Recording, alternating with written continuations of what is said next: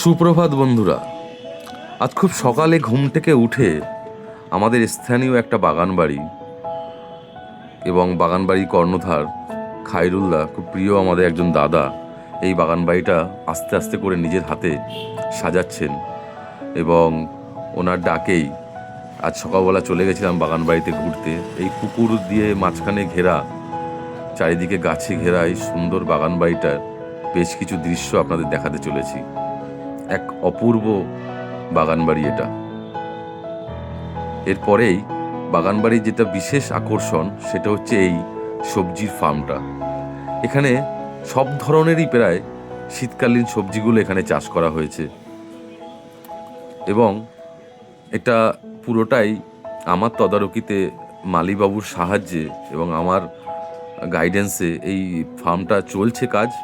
বেশ কিছু ফসল লাগানো হয়ে গেছে, যেগুলো অলরেডি গাছগুলো বড় হতে শুরু করেছে এবং বেশ কিছু জায়গা ফাঁকা আছে যেগুলোতে আমরা আবার কিছু প্ল্যানিং করছি নতুন করে কিছু এখানে ফার্মিং করার। এখানে আপনারা দেখছেন লাল শাক থেকে পালং শাক থেকে মেথি শাক থেকে ফুলকপি থেকে সব কিছুই রয়েছে এবং এই পাশটাতে যেগুলো দেখতে পাচ্ছেন এগুলো লোহার মাচা করা আছে। যে ফসলগুলো বিশেষ করে শসা কুমড়ো যেগুলো মাচাতে খুব ভালো হয়, সেই জন্য এই মাচাগুলো বানানো হয়েছে এবং এইগুলো নিয়েই মালিবাবুর সাথে আমি পরামর্শ করছিলাম যে এখানে আর কি ফসল দেওয়া যেতে পারে। তো আমরা ঠিক করলাম আগামী দিন এখানে কুঁদরি লাগানো যাবে, সেটা গাছ আনতে হবে। বেশ কিছু জায়গা ফাঁকা রয়েছে এবং কিছু গাছের পোকাতে এবং রোগের কারণে কিছু অবস্থা খারাপ ছিল, তো সেগুলোতে যে কী ওষুধ ব্যবহার করলে বা আগামী দিনে কী পদক্ষেপ আমরা নেব সেগুলো ঠিক করার জন্য সেই বিষয়গুলো নিয়ে এই মালিবাবুর সঙ্গেই আমার আলোচনা পর্ব চলছিল।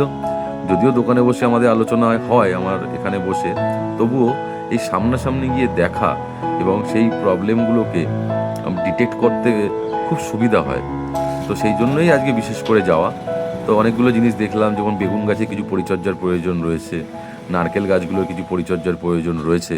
তো সেগুলো আমরা ওখানে বসে একটু আলোচনা করলাম যে কীভাবে এই গাছগুলো আরও বেশি সুন্দর করে যায়, আরও বেশি সতেজ করা যায়, আরও বেশি ফসল ধরানো যায়।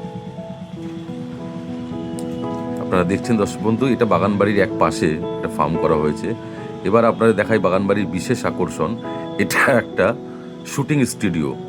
এখানে এই বাগানবাড়ির মালিক, ওনার ছেলে এখানে শুটিং প্র্যাকটিস করে, ইতিমধ্যে অনেক কম্পিটিশানে গেছে এবং বেশ কিছু কম্পিটিশানে প্রাইজ পেয়ে আমাদেরকে গর্বিত করছে। আগামী দিনের জন্য রইল অনেক শুভকামনা। এখানে হয় তারপরে চলে আসলাম এই পুকুর ঘাটে। এখানে হাঁসগুলো খেলা করছিল। এখানে বিভিন্ন প্রজাতির হাঁস এখানে আনা হয়েছে। তারা এখানে বেশ মনের আনন্দেই খেয়ে দিয়ে ঘুরে ফিরে আছে। এই দৃশ্যগুলো তো আমরা ন্যাচারালি এখন দেখতে পাই না, কিন্তু এখানে যাওয়ার পর মনে হলো যে অনেকটা পিছনে আমরা চলে এসেছি সেই পুরনো প্রকৃতির সৌন্দর্যে ভরা বাংলায়, যেন কিছুক্ষণের জন্য বিচরণ করছিলাম।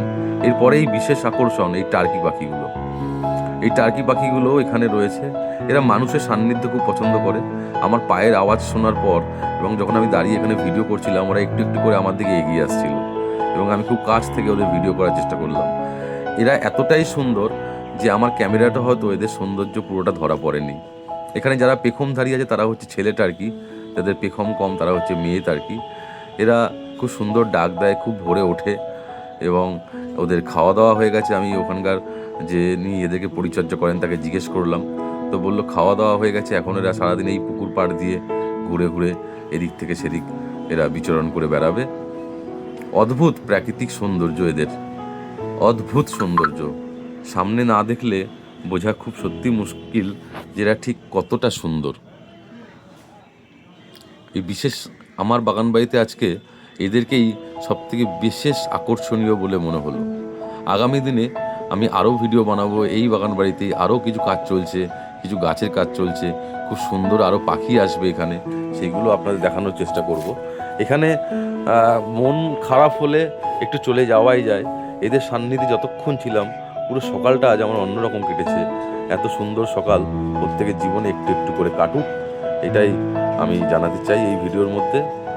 খুব সুন্দর লেগেছে এবং সকাল থেকে এখানে ঘুরে আসার পর থেকেই মনটা বেশ ভালো আছে। তাই ফেরার সময় আবার ওই ফার্মটা দূর থেকে একবার পুরো ফার্মটা দেখানোর এবং নিজে দেখবার চেষ্টা করলাম ঠিক কত সুন্দর লাগছে। আপনারা দেখেই বুঝতে পারছেন। এখানেই শেষ করলাম, নতুন পর্বে আবার